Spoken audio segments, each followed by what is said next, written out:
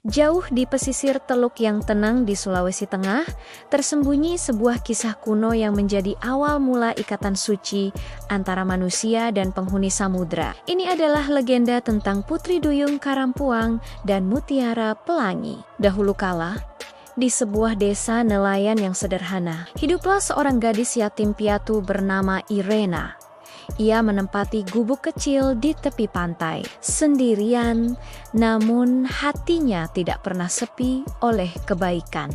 Setiap pagi, saat matahari baru saja mengintip dari ufuk timur, Irena tidak pergi melaut seperti nelayan lainnya. Ia juga tidak mencari kerang untuk dijual. Sebaliknya, ia menyusuri hamparan pasir putih dengan sebuah keranjang usang di tangannya. Dengan sabar, ia memunguti setiap duri babi yang terdampar, pecahan kaca yang tajam, dan sampah laut lainnya yang bisa melukai kaki telanjang.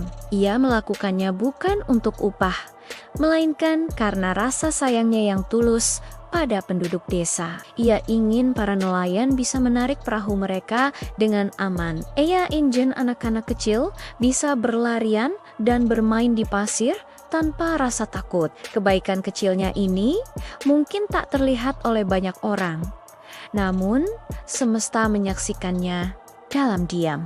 Suatu malam saat bulan purnama menggantung sempurna di langit dan sinarnya menari-nari di permukaan laut yang tenang, Irena tidak bisa tidur. Ia duduk di depan gubuknya, mendengarkan deburan ombak yang lembut. Tiba-tiba, telinganya menangkap alunan suara yang begitu merdu.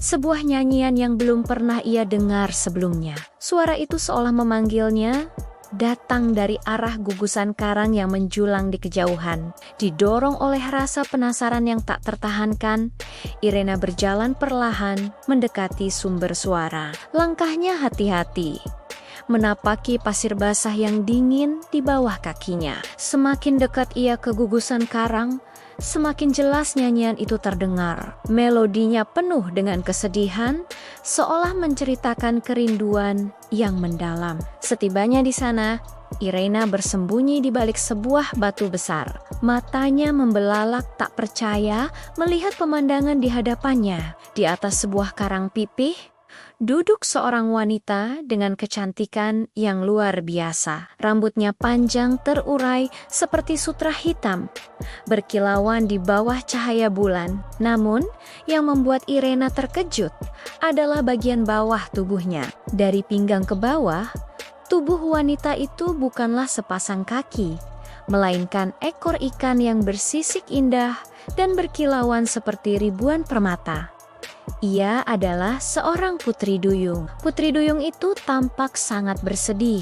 Air matanya jatuh satu persatu ke laut, menciptakan riak-riak kecil di permukaan air. Irena merasa iba. Dengan memberanikan diri, ia keluar dari persembunyiannya. "Maafkan aku, mengapa engkau menangis?" tanya Irena dengan suara lembut, berusaha tidak mengejutkannya. Sang Putri Duyung terkesiap.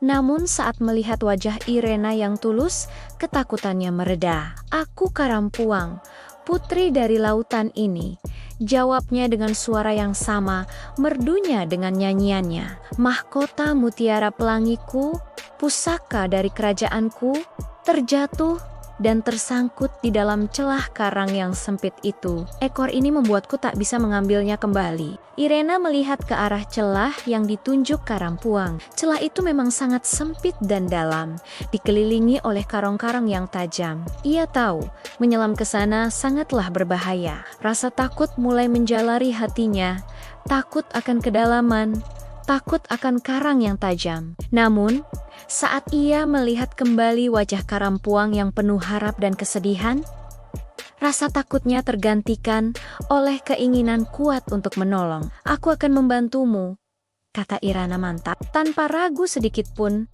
Irena menarik napas dalam-dalam dan menyelam ke dalam air laut yang dingin. Tubuhnya yang kecil dan lincah memudahkannya untuk menyelinap di antara celah-celah sempit. Air laut terasa perih saat menggesek kulitnya, dan beberapa kali lengannya tergores oleh tepi karang yang tajam. Namun, ia tidak menyerah.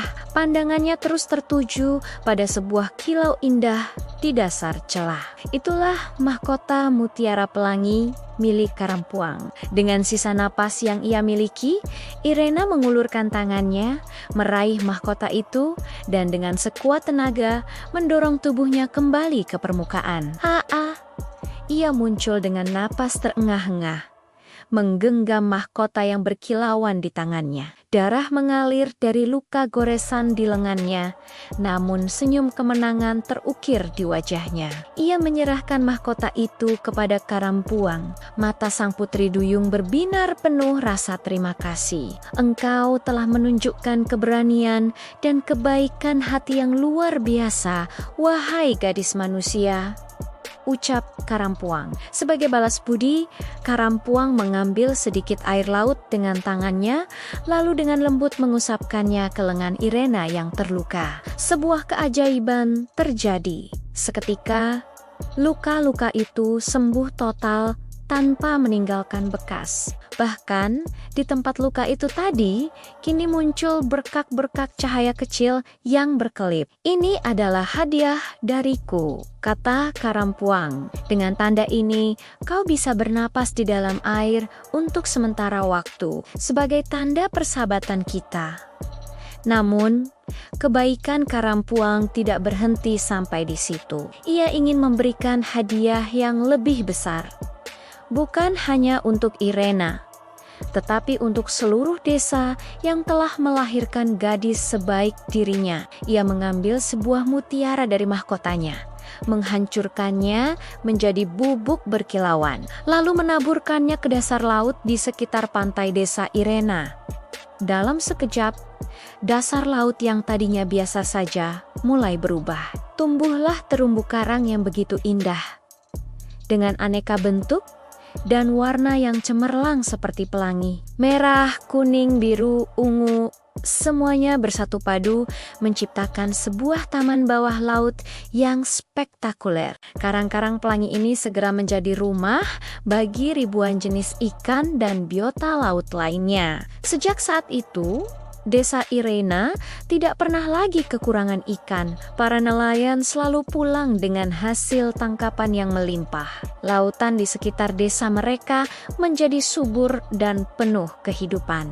Kisah tentang keberanian Irena dan kebaikan Putri Karampuang menyebar dari mulut ke mulut menjadi sebuah legenda yang terus hidup. Hingga hari ini, perairan di sekitar teluk itu dikenal sebagai salah satu surga bawah laut terindah di Sulawesi Tengah. Masyarakat setempat percaya bahwa selama mereka menjaga kebersihan laut, tidak membuang sampah, dan tidak merusak karang, maka Putri Karampuang akan terus memberkati mereka dengan keberlimpahan samudra.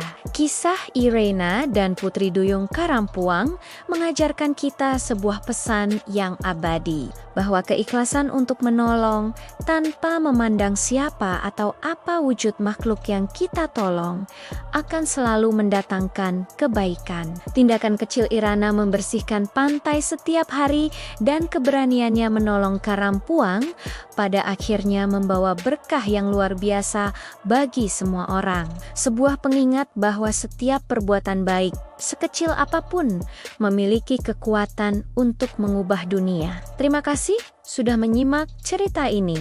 Jangan lupa untuk terus berbuat baik dan menjaga alam kita. Sampai jumpa di kisah selanjutnya.